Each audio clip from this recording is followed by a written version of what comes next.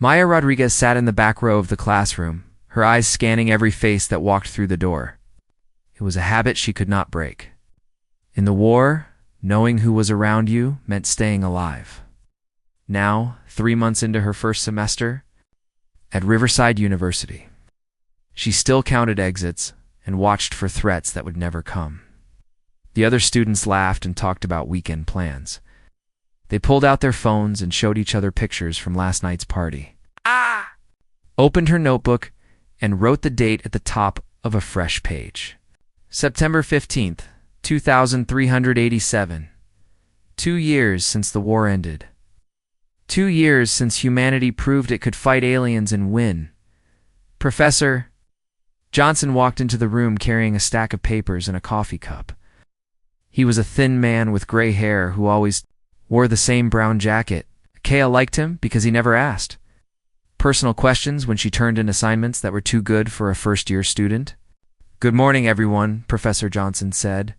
"Today we're going to talk about alien biology, specifically how different species adapt to hostile environments." Maya almost smiled. If only he knew that she had seen alien biology up close. She had watched Skarn. Warriors bleed green blood on the battlefields of Centauri Prime. She had cut through Veltar armor with plasma blades and seen how their insides looked nothing like human organs. But she kept her face blank and took notes, like every other student. The girl next to her, Katie Miller, leaned over and whispered, "This stuff is so weird. I can't imagine actually meeting an alien." Maya nodded and whispered back, "Yeah, really weird." She did not mention that she had killed more aliens than Katie had probably seen in movies. Professor Johnson pulled up pictures on the big screen at the front of the room. Maya recognized them all. Coalition species that had tried to wipe out humanity. The professor talked about their different body types and how they might have evolved. He called it theoretical xenobiology, because humans were not supposed to know this much detail about alien anatomy. Maya knew better. These pictures came from military intelligence files. Someone in the government was slowly letting civilian schools teach real information about the species that had tried to destroy Earth. Maya wondered how many other universities had classes like this one. "Miss Rodriguez," Professor Johnson said suddenly, "what do you think about the bone structure in this image?" Maya looked up at the screen. It showed the skeleton of a Xi'an warrior, one of the deadliest fighters in the Coalition Army.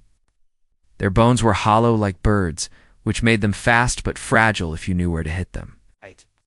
"Looks like it would be good for speed, but not so good for taking damage," Maya said carefully. "Excellent observation," Professor Johnson said. "You have a good eye for this subject." After class, Maya walked across campus to her next lecture. Riverside University was beautiful in a way that military bases never were. Old brick buildings covered in ivy sat between green lawns where students played games and studied under trees. It felt like another world compared to the metal corridors and gray walls she had called home for 12 years. Maya had been 17 when she joined the Marines. The Coalition had just made contact with Earth, and everyone thought it would be peaceful. Within 6 months, the aliens were bombing human cities and calling humans a primitive species that needed guidance. The war lasted 8 years. Maya spent most of those years fighting on planets whose names she could barely pronounce. Now she was 32 and trying to figure out how to be a normal college student. The government had programs to help veterans go back to school, but Maya was part of a special group. The military wanted some of their best officers to understand civilian life better. They said the next war would be different, and they needed people who could think like both soldiers and citizens. Maya's cover. The story was simple. She told people she had worked overseas for several years and was now back to finish her education. It was not exactly a lie. Fighting aliens on distant planets was definitely overseas work. She walked into the dining hall and got in line for lunch. The students around her complained about the food, but Maya had eaten military rations for so long that everything tasted good to her. She found an empty table and sat down with her back to the wall so she could see the whole room. "Mind if I sit here?" asked a voice behind her. Maya turned around. It was Jake Thompson, a guy from her biology class. He was 19, tall, and had the kind of easy smile that Maya remembered having before the war. She nodded and gestured to the empty chair across from her. That class is pretty intense, Jake said as he sat down. Professor Johnson really knows his stuff about alien biology. Yeah, Maya agreed.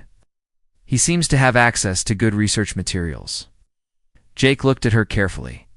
You ask really specific questions in class, like you've thought about this stuff before? Maya felt a small warning bell go off in her head.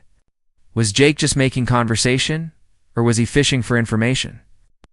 In the war, being too curious about other people's backgrounds usually meant trouble. I read a lot of science fiction, Maya said. I guess I have an active imagination. Jake smiled, but his eyes stayed serious. Science fiction, right? I read a lot of military history myself, especially recent military history, so there was something in the way he said it that made Maya pay attention. She studied his face more carefully. He looked young, but there was something about his posture that reminded her of the children of military families. Kids who had grown up around soldiers learned to sit and walk differently than other people. Any particular time period? Maya asked. Oh, the last decade or so. Really interesting developments in space warfare during that time. Maya nodded slowly. Jake Thompson was very interested in the Coalition War, or he knew more about it than most college freshmen should. She decided to be careful around him. The rest of lunch passed with normal college conversation. Jake talked about his other classes and complained about his roommate who stayed up too late playing video games. Maya listened and made appropriate responses, but part of her mind was analyzing everything he said. After lunch, Maya walked back to her dorm room. Her roommate Katie was there, studying at her desk. Katie was everything Maya had never been: young, innocent, excited about college life. She came from a small town and had never been more than 100 miles from home before coming to Riverside. Oh. Was biology class? Katie asked without looking up from her textbook. Good, Maya said. We learned about alien bone structures. Katie made a face. Gross. I'm glad I'm majoring in art history, much less slimy. Maya sat on her bed and pulled out her own textbooks. She had 3 more classes that afternoon. Then she would go to the gym and work out until her muscles ached. Exercise helped her sleep better and kept the nightmares away. Sometimes Maya wondered if she was making a mistake. College life felt strange and artificial after years of military discipline. But she was determined to make it work. The war was over, and humanity had won. Now they needed to figure out how to live in a galaxy where they were not alone. Maya opened her chemistry textbook and started reading about molecular bonds. It was simpler than alien warfare, but somehow just as challenging in its own way. Maya was walking to the library when the fire alarm started screaming. The loud noise cut through the quiet campus afternoon like a knife. Students around her stopped talking and looked confused. Some laughed, thinking it was just another drill. Maya did not laugh. Her body moved before her mind could stop it. She dropped into a crouch and scanned the area for threats. Her hand reached for a weapon that was not there. Every muscle in her body was ready for battle. Maya, are you okay? Asked a voice nearby. Maya looked up and saw Katie standing over her. Her roommate looked worried and confused. Around them, other students were walking slowly toward the exit doors, chatting and joking about the interruption to their day. Maya stood up quickly, feeling heat rise in her cheeks. Yeah, sorry. The alarm just startled me. They walked toward the emergency exit. Maya could not stop herself from taking charge. She saw students bunching up at the doorway and automatically moved to direct traffic flow. She pointed students toward less crowded exits and made sure no one was pushing or panicking. This way is faster, she called out to a group of confused freshmen. Keep moving, do not stop in the doorway. Her voice carried authority that made people listen without thinking. Students she had never spoken to before followed her directions. Immediately, Maya organized the evacuation like she had organized retreats from burning cities during the war. Professor Williams was standing outside watching the students file out of the building. He was an older man who taught political science, and had always seemed friendly but distant. Maya noticed him watching her with sharp eyes as she continued directing people away from the building. When the all-clear signal finally came, Maya realized What she had done? She had acted like a military officer in front of hundreds of students and faculty. Her cover as a normal college student was damaged, maybe destroyed. That evening, Maya got an email asking her to come to Dr. Wells' office.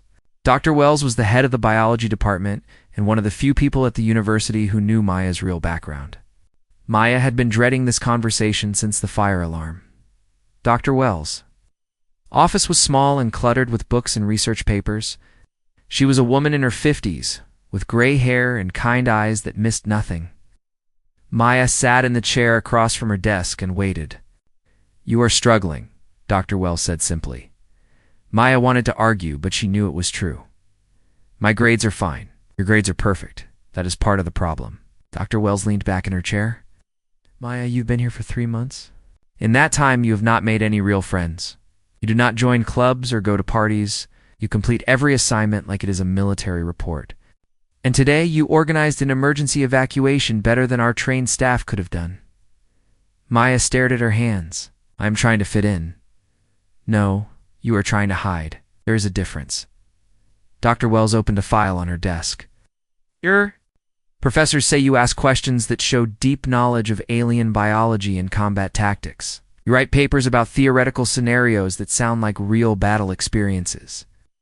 You analyze alien behavior patterns like someone who has observed them firsthand." "I read a lot," Maya said weakly. Dr. Wells smiled.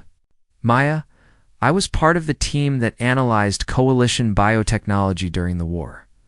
I know what real experience looks like. The question is, what do we do about it?" Maya felt confused. "What do you mean? That Riverside University is not—" "What do you think it is?" Dr. Wells stood up and walked to her window. Outside, students were playing soccer on the lawn, their voices carrying in the evening air. This school was chosen very carefully for the Veteran Integration Program. We are not just helping former soldiers become students, but preparing for something bigger. Maya felt her pulse quicken. Preparing for what? The war with the coalition is over. But it opened our eyes to the galaxy beyond Earth. We know now that there are hundreds of other species out there. Some might be friendly, others might see humanity as a threat. We need people who understand both human nature and alien thinking." Dr. Wells turned back to Maya. "Several of your classmates are not what they seem either. Jake Thompson, the boy you eat lunch with sometimes. His father is Admiral Thompson, who commanded the fleet at Proxima. Lisa Chang, the quiet girl in your chemistry class. She lost her family when the coalition bombed New Shanghai." Maya felt like the ground was shifting under her feet. "They are all veterans?" "Not all. But many have been touched by the war in ways that most civilians have not. We are creating a new kind of education here, one that prepares humans for life in a galaxy where we are no longer alone." Dr. Wells sat back down. "But there is something else you need to know. Intelligence reports suggest that some coalition groups have not accepted defeat. They are planning something new, something that targets civilian populations instead of military forces." Maya felt her old instincts kick in. "What kind of targets?" "Universities, research centers, places where young humans are learning about alien cultures and technologies. They want to prove that human intelligence is just lucky brutality. We do not deserve our place among the galactic community." Maya thought about her classmates, young and innocent, studying for tests and worrying about relationships. The idea of them becoming targets made her angry in a way she had not felt since the war ended. "Why are you telling me this?" Maya asked. "Because hiding who you are is not protecting anyone. Your knowledge and experience could save lives. But first, you need to stop pretending to be someone you are not." That night, Maya walked around campus thinking about what Dr. Wells had said. She looked at the buildings differently now, wondering which ones had hidden defenses and which faculty members were more than they seemed. She found herself at the student center, where groups of students were studying and socializing. Maya usually avoided this place because it felt too crowded and chaotic. But tonight she made herself go inside. Jake Thompson was sitting at a table with several other students, working on a chemistry assignment. When he saw Maya, he waved her over. "Maya, perfect timing. You're stuck on this problem about molecular bonds." Maya sat down and looked at the textbook. The problem was about how different elements bonded under extreme pressure conditions. It was exactly the kind of chemistry that happened inside coalition energy weapons. She solved the problem quickly, showing them the steps in a way that made it seem simple. But as she explained it, she caught Jake watching her with the same sharp attention she had noticed before. "You really do know a lot about this stuff," said Lisa Chang, the quiet girl Dr. Wells had mentioned. Maya looked around the table at the other students. For the first time, she wondered how many of them were carrying secrets like she was. How many had lost family or friends in the war? How many were here for reasons that had nothing to do with getting a normal education? "I guess I just have a good memory," Maya said. Jake smiled, but his eyes were serious. Memory is important, especially for things that might happen again. Maya felt something shift inside her chest. Maybe Dr. Wells was right. Maybe hiding who she was did not protect anyone. Maybe it was time to stop pretending to be a normal college student and start preparing for whatever was coming next. As she walked back to her dorm room that night, Maya made a decision. She would still be careful, but she would stop running from who the war had made her. The galaxy was bigger and more dangerous than her classmates knew. But that did not mean they had to face it unprepared. She just hoped they would have enough time to get ready.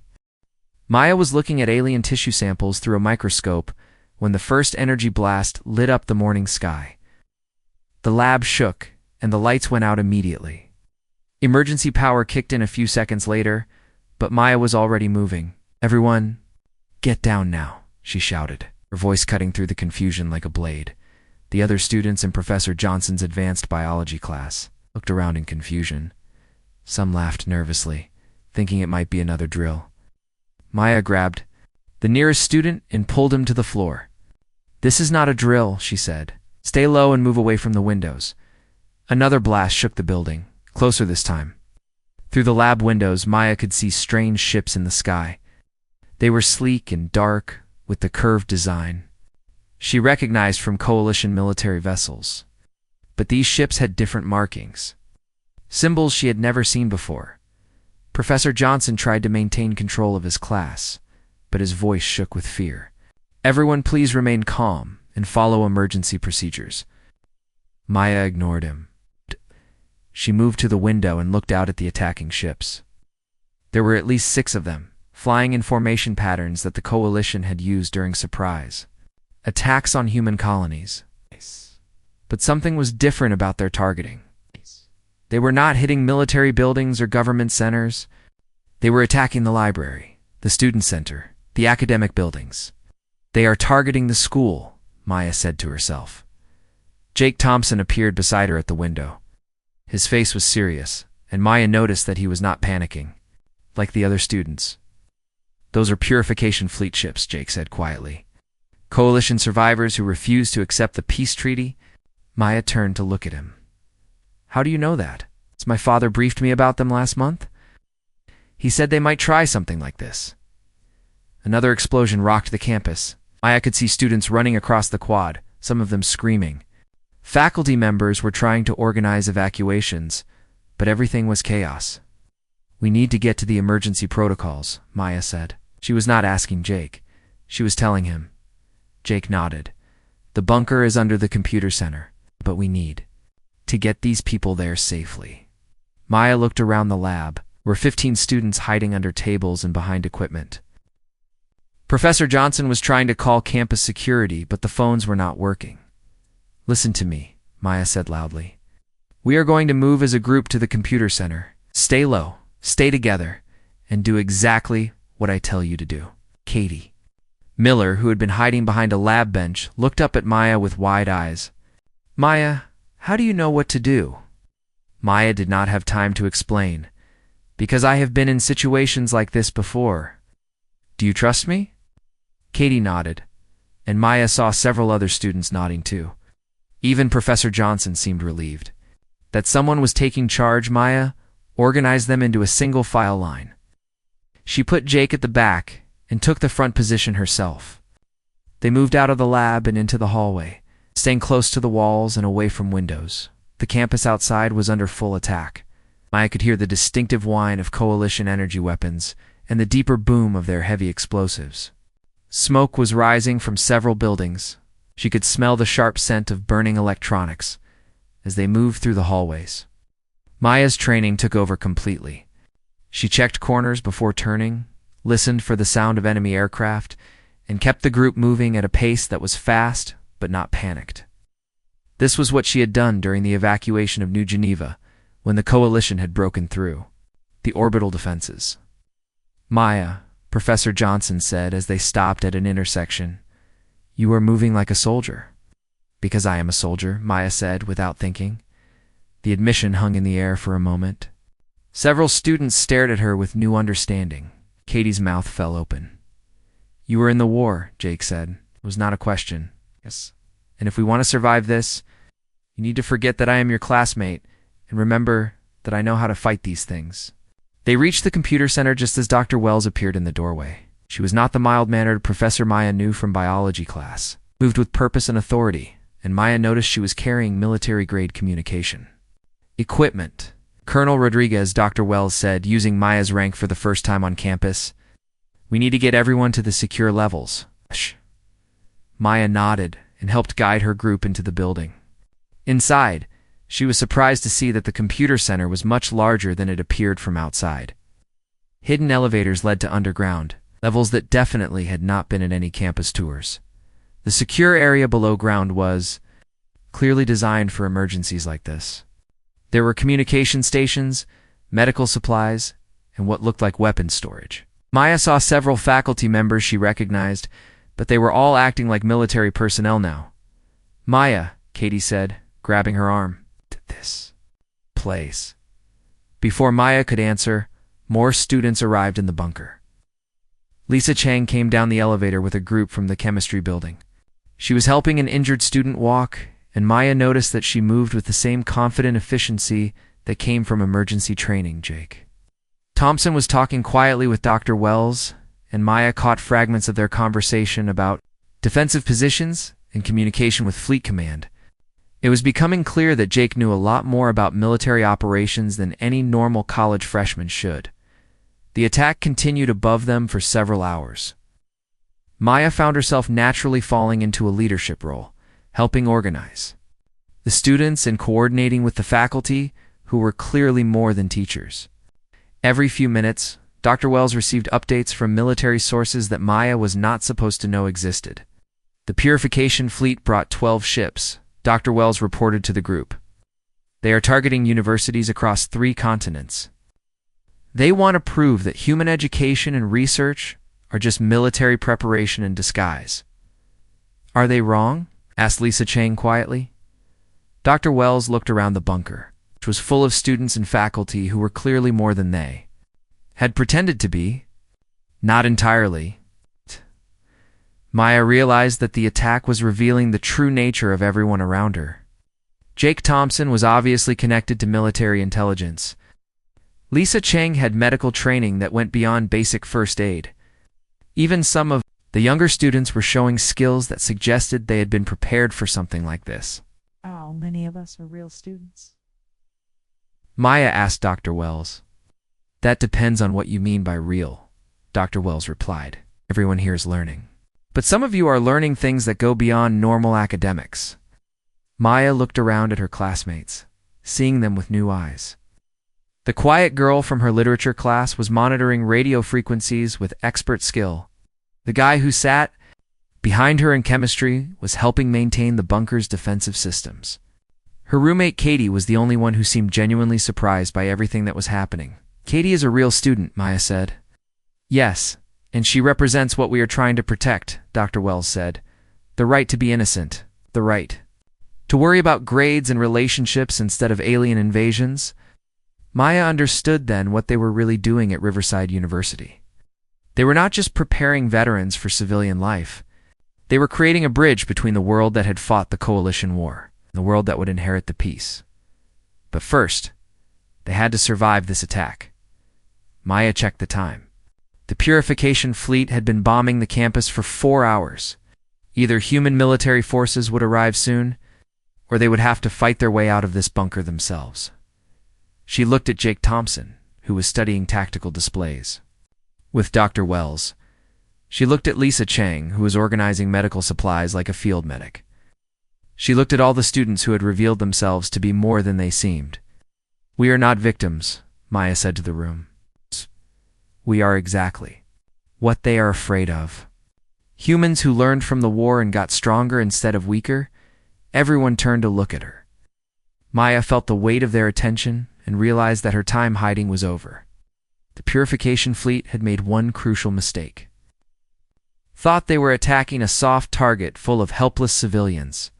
They had no idea what humanity had become. The attack ended on the third day with a sound Maya had not heard since the war. Human military ships roared overhead, their engines drowning out the alien vessels that had been bombing the campus. Maya watched on the bunker screens as Coalition fighters fled toward deep space, chased by Earth Defense Force interceptors. But the real victory had happened underground. In the converted computer center where Maya and her classmates had spent 3 days proving that humanity was not the same species the Coalition had first encountered, Dr. Wells gathered everyone in the main bunker area as the all-clear signals came through. Maya looked around at the faces of people she had thought she knew. Jake Thompson stood near the communication equipment, still coordinating with military forces like he had done it all his life. Lisa Chang was finishing up medical reports on the students who had been injured during the initial attack. Even Katie Miller, her innocent roommate, had spent the last day helping organize food supplies and keeping everyone's spirits up. "The Purification Fleet made a serious mistake," Dr. Wells said to the assembled group. "They thought they were attacking a normal university full of helpless civilians. Instead, they found something they did not expect." Maya knew what she meant. During the 3-day siege, the students and faculty of Riverside University had worked together like a military unit. They had coordinated defense plans, managed resources, treated injuries, and maintained communication with the outside world. The aliens had wanted to prove that human education was just disguised military training. Instead, they had discovered that human education was something much more dangerous. "What happens now?" asked one of the younger students. Dr. Wells smiled. "Now we go back to classes, but things are going to be different." Over the following weeks, Maya watched as Riverside University transformed openly into what it had always been secretly. The cover stories were dropped. Faculty members revealed their real backgrounds in military intelligence, xenobiology research, and diplomatic services. Students talked honestly about their connections to the war and their families' roles in the conflict. Maya found herself serving as both student and instructor in a new program. It's called Interspecies Relations. Her experiences fighting Coalition forces made her uniquely qualified to teach younger students about alien psychology and military tactics. But she was also learning from them, discovering perspectives on the galaxy that pure military training had never provided. Jake Thompson turned out to be more than just the son of an admiral. He had spent 2 years working with intelligence services, analyzing Coalition communication patterns, and helping develop new diplomatic protocols. His easy smile and friendly manner had been real, but they covered knowledge and experience that rivaled Maya's own. "I knew you were military from the first week," Jake told Maya one afternoon as they walked across the campus. Construction crews were rebuilding the damaged buildings, but the scars of the attack were still visible. "You moved wrong for a normal student, too alert, too ready for trouble." Maya laughed. "And I knew you were intelligence because you asked too many careful questions. Normal students do not probe for information like that." Stopped at the memorial that had been erected for the students who died in other Purification Fleet attacks across the galaxy. Riverside had been lucky. The attackers had focused on destroying buildings rather than killing people, probably because they wanted to make a statement about human weakness rather than commit genocide. Other universities had not been so fortunate. Lisa Chang joined them. At the memorial, she had been assigned to analyze the medical data from all the attacks, looking for patterns that might help predict future alien tactics. The Purification Fleet hit 17 universities across human space, Lisa said, but they only succeeded at 3 locations. Every school that had veterans or military families in the student body managed to organize effective defenses. Maya thought about that. They were testing us. Seeing how much the war really changed human society, we showed them, Jake said. The war did not just create soldiers. It created a whole generation that thinks differently about survival and cooperation. Maya nodded. That was what she had learned during her months at Riverside. The young students who had seemed so innocent and unprepared were actually the products of a world that had been forced to grow up fast. They might not have military training, but they had grown up knowing that humans were not alone in the galaxy and that survival sometimes required fighting. Katie Miller appeared beside them, carrying a stack of books that would have been impossible to find in any university before the war. Alien languages, coalition history, xenobiological warfare. Things that used to be classified military secrets were now part of the regular curriculum. I still cannot believe you are a war hero, Katie said to Maya. You helped me with my math homework. Maya smiled. War heroes can be good at math. It is just so weird. It's like finding out your quiet neighbor is secretly a superhero. I am not a superhero, Maya said. I'm just someone who learned how to fight aliens. Now I am learning how to live with them. That was the truth that had emerged from the Purification Fleet attacks. The war was over, but the galaxy was still full of different species with different ideas about humans. Some, like the Coalition, had learned to respect human capabilities. Others, like the Purification Fleet, still saw humans as dangerous primitives who needed to be eliminated. And there were probably others who had not made up their minds yet. Maya looked out across the campus, where human students studied alongside exchange students from a dozen different alien species. A young Altarian was helping a human girl with her chemistry homework. A group of reformed Coalition species were working on an engineering project with Earth students. The memorial they stood beside honored victims from multiple species who had died fighting the extremists. The Purification Fleet was right about one thing, Maya said. Human education is military preparation, but not the way they thought. Jake looked confused. What do you mean? I thought we were training soldiers to fight aliens. We were actually training diplomats, scientists, and citizens to live with aliens. That is much more dangerous to species that want to keep fighting. Maya realized that her own transformation was part of something bigger. She had come to Riverside University to learn how to be human again after years of war. Instead, she had learned how to be something new. A human who could fight when necessary, but who preferred to build bridges between species. 6 months later, Maya stood in front of a lecture hall filled with students from a dozen different worlds. Some were human veterans like herself. Others were young Coalition species who wanted to understand how humans had become so effective at warfare and diplomacy. A few were from species that had never been involved in the war, but wanted to learn from both sides. Warfare changes everyone. It touches, Maya told her class, but it does not have to define what you become afterward. Humans learned how to fight in space, but more importantly, we learned how to make allies out of enemies and how to build something better from the ashes of conflict. She looked out at the mixed group of faces, human and alien, young and old, veteran and civilian. This was what the Purification Fleet had been afraid of. Not human military might, but human adaptability. The ability to turn a university campus into a fortress when necessary, then turn it back into a place of learning that welcomed former enemies. Maya had come to college to learn how to be normal again. Instead, she had helped create a new definition of what normal could mean in a galaxy where species learned from each other instead of trying to destroy each other. The war had changed her, but her campus had changed the future.